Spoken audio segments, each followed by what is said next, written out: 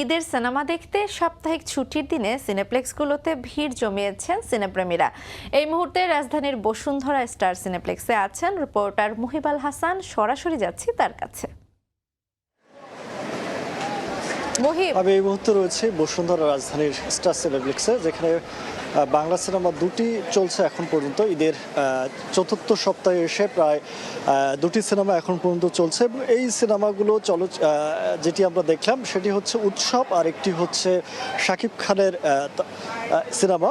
এর মধ্যে উৎসব সিনেমাটি সেটি প্রায় 4টির অধিক শো নিয়ে এখন পর্যন্ত স্টার সিনেপ্লেক্সে টিকে আছেন। আরেকটি হচ্ছে তাণ্ডব শাকিব খানের, সেটি দুটি শো নিয়ে এখন পর্যন্ত চলছে।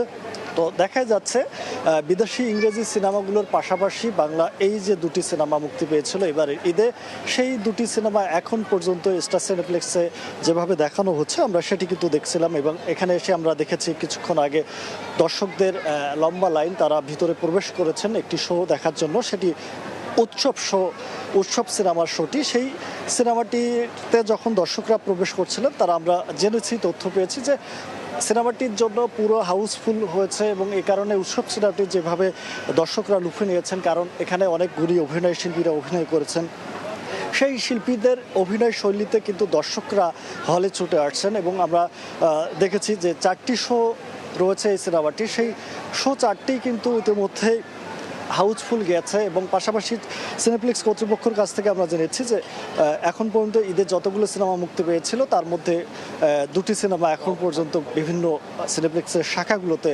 চলছে।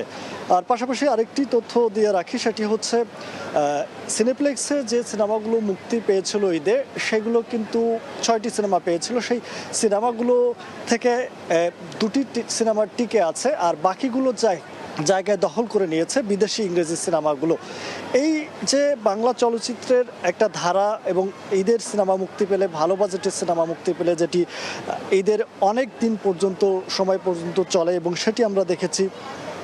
এই যে সিনেমা এখন পর্যন্ত যে শাকিব খানের তাণ্ডব এবং উৎসব সিনেমাটি এখন পর্যন্ত সিনেপ্লেক্সে যে টিকে রয়েছে, সেটি সিনেমার গল্প এবং সিনেমার নির্মাণশৈলী এবং উন্নতভাবে টেকনোলজির পরিবর্তন এবং পাশাপাশি সিনেমার গল্প নির্ভর করে এই সিনেমাগুলো এখন পর্যন্ত টিকে আছে সিনেপ্লেক্সে। যেটি আমরা দেখেছি কিছুক্ষণ আগেই, আমাদের চোখে পড়েছিল বাংলা সিনেমার দর্শকদের এক উন্মাদনা, তারা প্রবেশ করেছেন সিনেমা হলে, সেটি কিন্তু আমরা দেখেছি। এবং পাশাপাশি এই যে এখন পর্যন্ত যে চলচ্চিত্র মুক্তি পেয়েছিল তার মধ্যে দুটি সিনেমা এখন টিকে রয়েছে বিভিন্ন সিনেপ্লেক্সের শাখাগুলোতে। এই ছিল বসুন্ধরা স্টার সিনেপ্লেক্স থেকে আমার কাছে সর্বশেষ। ঈদ সিনেমার খবর জানতে আমরা সরাসরি যুক্ত ছিলাম রাজধানীর বসুন্ধরা সিটি কমপ্লেক্স থেকে।